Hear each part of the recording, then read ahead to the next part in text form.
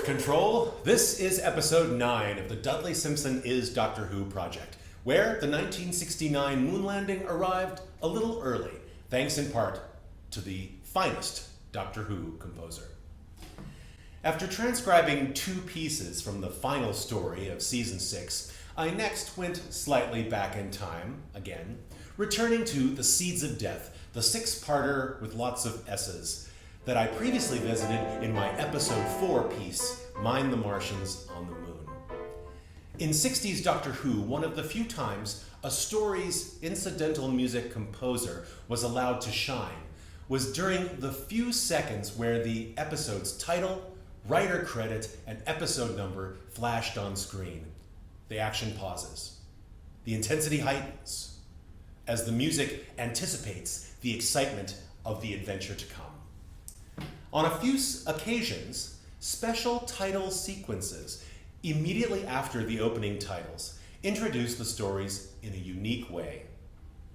For The Seeds of Death, each of these 6 episodes begins with panning shots of the Earth, the Moon, and the Sun, models, of course.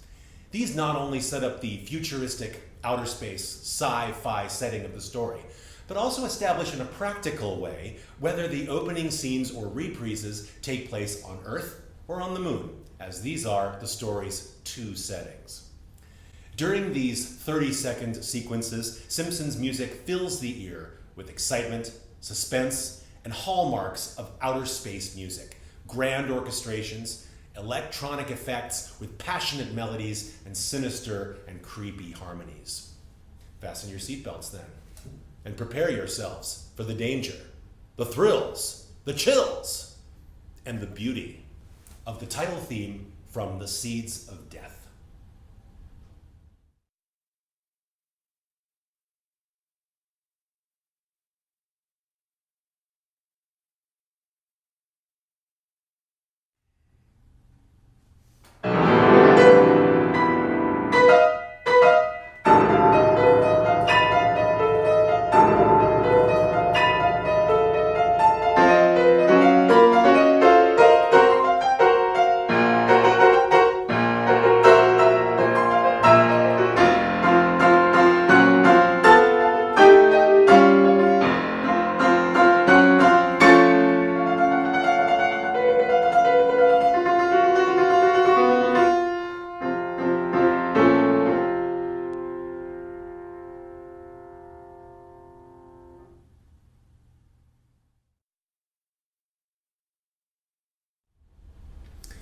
With no time to waste, Simpson's Seeds of Death theme begins with a ripping glissando up to B natural, played by the piano plus keyboard, with plentiful oscillating effects and electronic distortion. My version must content itself with the handy damper pedal for its effects. Notice how, for the cleanest execution, the glissando is the right hand's job, but the left hand must play both the starting note and the ending note. The sinister harmonies begin straight away as the piano and vibraphone play 2 musical punches using a B major chord, but the 5th of this chord is lowered to F rather than F sharp compared.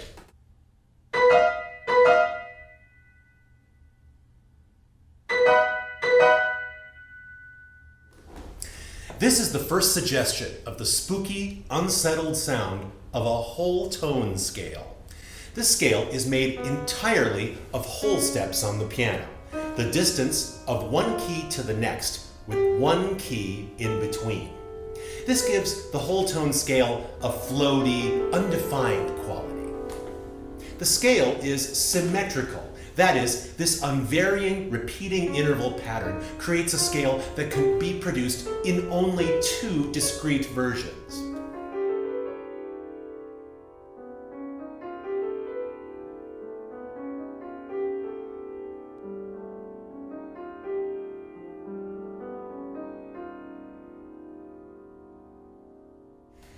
We float with this harmony for 3 more measures. The piano and vibraphone in unison arpeggiate this same flat 5 chord on B, adding now the dominant 7th note, A natural. This note is also found in the whole tone scale. The triplet rhythm arpeggio alternates its starting note, A down to B, then B down to A. During these arpeggios, the percussion joins the ensemble with a bass drum hit on the first beat and a cymbal crash on the third beat. I decided to translate these booms and crashes by using a low cluster sound at the very bottom of the piano for the bass drum, much like I did in The Flight of Miss Shaw, which you saw in episode 6. Coupled with a high register B7 flat 5 chord to represent the cymbal. Both are played by the left hand, creating a dramatic visual element to the performance.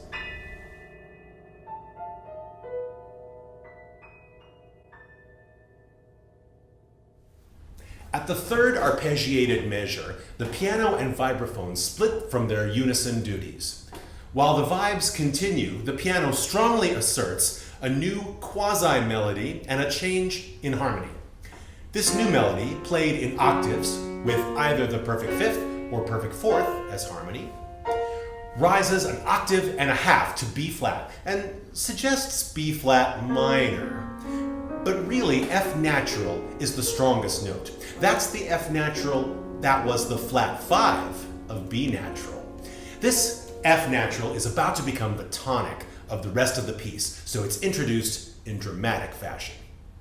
The harmonies of the vibes and the piano purposefully clash here, and by the time the piano melody rises up in register, I had to make the vibes part join with it because they end up in the same place on the piano, thus there was no distinguishing them. Thus, there was no need to further complicate the piece. As the rising piano part peaks, the harmony transforms. The piano delivers punches that suggest C7 flat 5, a half step up from B7 flat 5. Though there is no third of that chord, that's E natural, until the second measure of this two-measure phrase. A timpani joins underneath for some B-flat punches of its own, while the vibraphone takes a more active role, playing melodies that slightly clash Fs and Gs, teasing around the G-flat in the harmony, and seem to a degree to be improvised, but I doubt it actually is.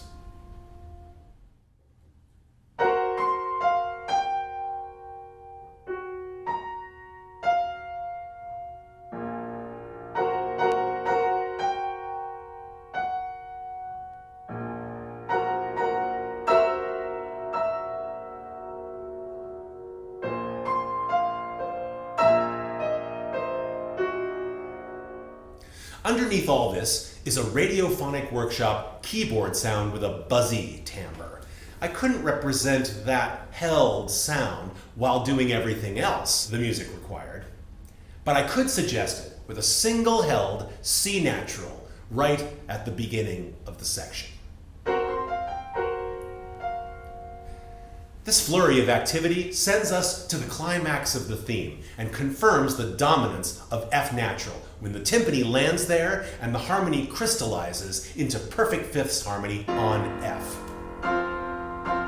There's a B-flat timpani note added to the left-hand part as well.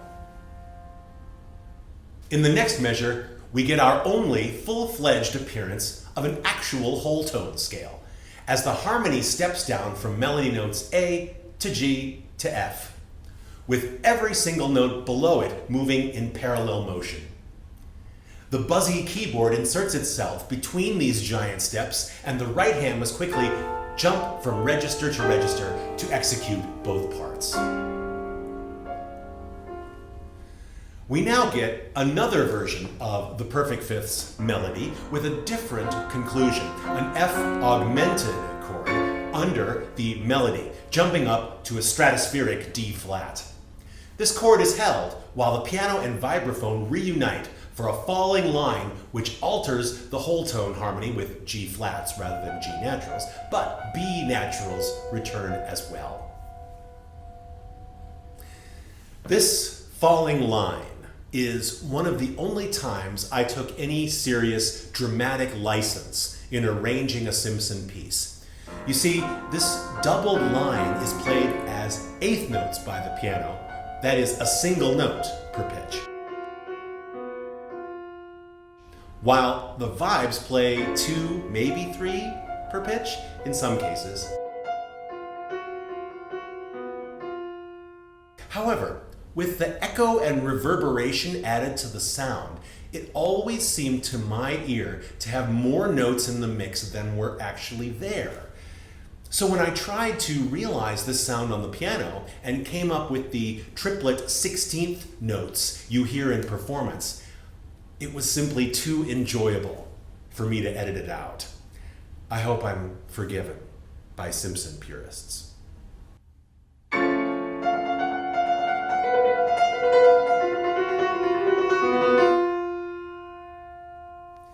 The piece comes to a restrained landing with more F perfect fifth sounds, plus a penultimate chord of B flat minor major 7, which you might think of as F augmented, heard a few seconds earlier, together with a B flat bass.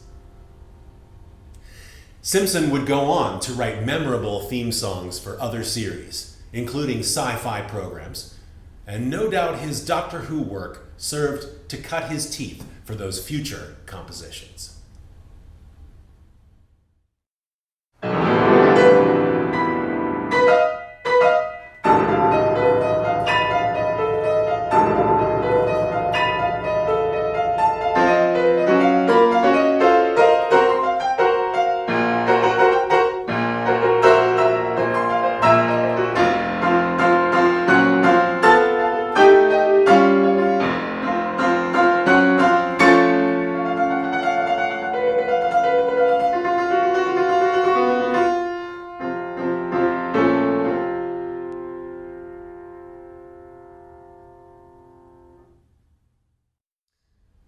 Thank you again and again for watching episode 9 of the Dudley Simpson is Doctor Who project.